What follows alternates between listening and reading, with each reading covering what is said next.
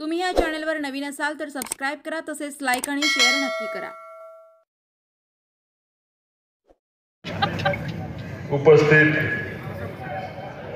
आमचे पितृतुल्य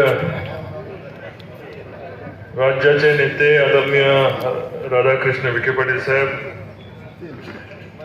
उपस्थित माझे बंधू या सोलापूर जिल्ह्याचे पालकमंत्री तथा ग्रामविकास मंत्री आदरणीय जयकुमार गोरे साहेब, उपस्थित माजी आमदार दीपक आबा, उपस्थित चेतनसिंह केदार, ज्यांच्यामुळे हा आपला आज कार्यक्रम या ठिकाणी पार पडतोय ते तुम्हा सर्वांचे नेते आणि या भागाचे खऱ्या अर्थाने भगीरथ ठरलेले आदरणीय शहाजी बापू पाटील साहेब।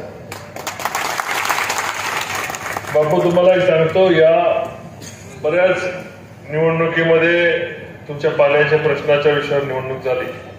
आपल्या दोघांची कारकीर्द अशी झाली की आपण दिलेला शब्द आज वचनपूर्ती खऱ्या अर्थाने जेव्हा पाईपलाईनचं काम चालू झालंय तेव्हा आज या ठिकाणी वचनपूर्ती आपण होते।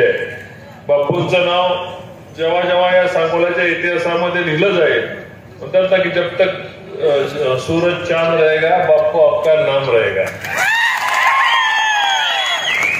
आणि खऱ्या अर्थाने तुम्ही झटला, मोड, वाकला, झिजला की आज तुमच्या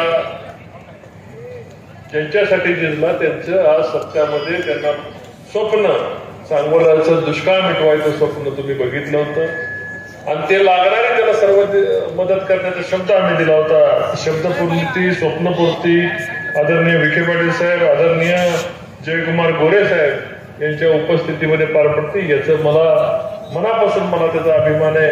आणि असं चांगलं काम आपण अनेक शब्द देतो, पण ते शब्द पूर्ण होताना त्याचा आनंद वेगळा असतो। त्या आनंदाचं आज खऱ्या अर्थाने परमार्जन झालं असं म्हणायला काय हरकत नाही। सर, सांगोला हा केवळ सांगोल्याचं नाव घेतलं की दुष्काळी तालुका असं म्हणायचं। गेल्या 5 वर्षामध्ये टिंबू असेल, म्हैसाळ असेल, त्याचबरोबर उजनीची स्कीम असेल, नीरा देवगरचं पाणी आपण कॅबिनेटचा ठराव घेऊन सांगोल्याला द्यायचं काम केलं आणि खऱ्या अर्थाने सांगोल्याच्या चारही दिशा या पूर्ण दुष्काळमुक्त करण्याच्यासाठीचा संकल्प आम्ही त्यावेळेस ठेवला। बापूने आम्ही भांडून पाणी घेतलं, 2 TMC पाणी तर बापूने आम्ही भांडून घेतलं। असं जेवच्या ताटावर आम्हाला कळलं की आता जलनियोजन संपत आलेलं आहे। मी उठलो आणि बापू उठलो, जेवच्या ताटावर आम्ही उठून देवेंद्रजींची गाडी घेतली, मुख्यमंत्री महोदयांकडे गेलो। मुख्यमंत्री महोदयांनी खाली कृष्णा खोरेच्या ईडीला फोन केलं की 2 TMC पाणी परत या टिंबू आणि म्हैसाळसाठी वाढवून पाहिजे आणि आज उजनीचं पाणी येतं आपल्या समोर येतंय। मी कृतार्थ आणि मनापासून एक वेगळा आनंद मला या ठिकाणी होत आहे।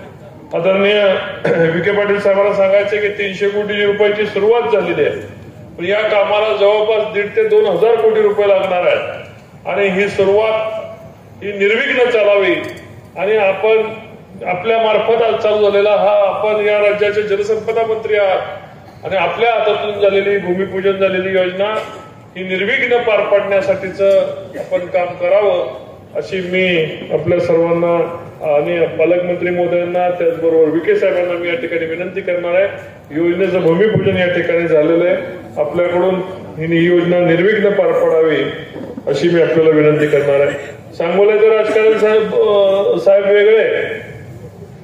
आता आम्ही गाडीत बसलो होतो, तुम्ही यायचं, तुम्ही हेलिकॉप्टरची वाट बघत होतो। बापूंनी त्यांचं घड्याळ दीपक आबांना दिलं, माझ्याकडे बघितलं, मी माझं घड्याळ बापूंना काढून दिलं, आबांचा चष्मा मला दिला आणि आम्ही सगळं उपाशी होतो म्हणून आमदार बाबासाहेब देशमुख त्यांच्या गाडीतला डबा घेऊन आम्हाला सगळ्यांना जेवायला घातलं। असं हे सांगोल्याचं राजकारण आहे, सांगोल्याची संस्कृती आहे आणि ही संस्कृती महाराष्ट्रात कुठे बघायला मिळत नाही बाबांनो, फक्त तुमच्या तालुक्यामध्ये बघायला मिळते आणि या माझ्या मतदारसंघामध्ये बघायला मिळते। अशा प्रकारची संस्कृती आम्ही गमतीने म्हणत होतो की चौघं आपण गाडीत आहेत, लोक काय म्हणतात बघा। आम्ही म्हणजे लोक काय म्हणत नाहीत, लोकांना सगळं माहिती आहे की निवडणूक संपल्यानंतर सर्व राजकीय नेते एकमेकाचा सन्मान करतात आणि एकमेकाला जीव खायला घालतात। मगाची माझ्या हातातलं जेवणाचं ताट हे आमदार बाबासाहेब देशमुखांच्या घरची चपाती होती आणि एवढं मला मनापासून या ठिकाणी आलं की बरं वाटतं. या ठिकाणी मगाशी गोरे साहेब सुद्धा म्हटले की सांगोल्याचे पुढारी सगळे तुम्ही वेगळेच आहेत, तर हे वेगळे पण महाराष्ट्राला जपता आलं पाहिजे. सगळ्या ठिकाणी महाराष्ट्रामध्ये अशा पद्धतीचं राजकारण करता आलं पाहिजे. निवडणूक संपली की पर्सनल वैर संपलं पाहिजे, टीका टिप्पणी संपली पाहिजे. स्वर्गीय आबासाहेबांनी असतील, स्वर्गीय बापूंनी ही परंपरा या सांगोला तालुक्यामध्ये घालून ठेवलेली, ही परंपरा पुढे सर्वांनी मिळून जपली पाहिजे, अशी पण एक मी सार्थ या ठिकाणी अपेक्षा व्यक्त करतो. आणि पुन्हा एकदा आपण चालू केलेल्या कामाचा शुभारंभ होताना बघितलाय, बापूंचं स्वप्न सत्यात उतरताना बघितलंय.